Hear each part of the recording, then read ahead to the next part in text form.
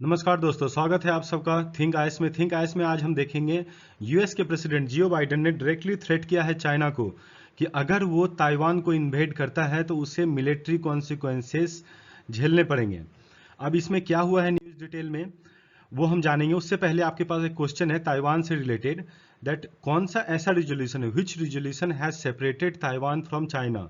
आपके पास चार ऑप्शन है, resolution 2758 UNGA, 127 UN resolution, China Taiwan agreement, UNGA 4258 China Taiwan agreement. आप आंसर कमेंट बॉक्स में लिखिएगा, वीडियो के बीच में आपको आंसर मिल जाएगा।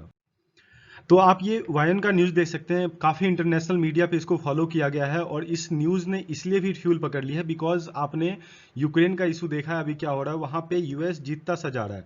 सो यूएसए इसी कारण वहाँ अभी एक्टिव हो गया है और वो एक्टिव होने के साथ उसने थ्रेट किया है चाइना को, अगर कोई भी मिलिट्री एडवेंचर चाइना करता है तो उसके लिए उसे कॉन्सिक्वेंसेस भुगतने पड़ेंगे।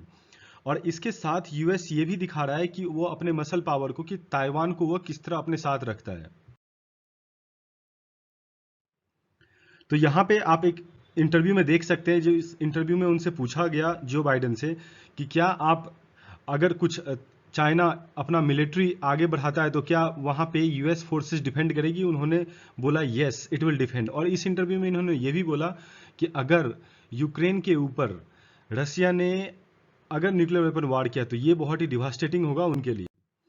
इसके बाद चाइनीज प्रेसिडेंट जाई जिनपिंग जो है वो वार्निंग रिसीव करने के साथ इसके साथ हुआ क्या है, एक्चुअली में ताइवान को क्या यूएस रिकॉग्नाइज करती है एज ए कंट्री? नहीं, अभी तक नहीं करती, लेकिन उनका स्पेशल एग्रीमेंट है उनके साथ जिसके वजह से वो उनको डिफेंड कर सकती है, उनकी सॉवरेनिटी को बचा सकती है।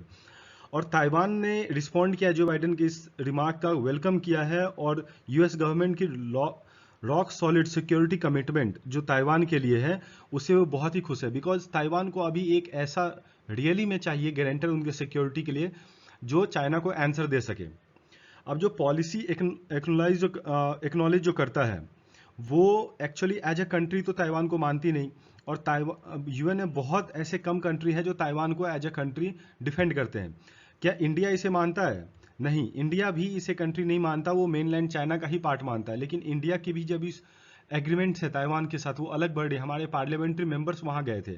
और ये सारा मामला भड़का और भी ज़्यादा कब है, जब नैन्सी पेलोसी जो कि यूएस के कांग्रेस की एक रिप्रेजेंटेटिव है वो वहां पे पहुंची। तो ये बहुत ही हाई डेलीगेशन मीटिंग थी आफ्टर अ लॉन्ग टाइम, जिसके वजह से चाइना बहुत ही ज़्यादा एग्रेसिव हो गया और मिलिट्री डील्स लगातार करने लगा, जिसके जवाब में प्रेसिडेंट जो बाइडेन ने ऐसा बोला है।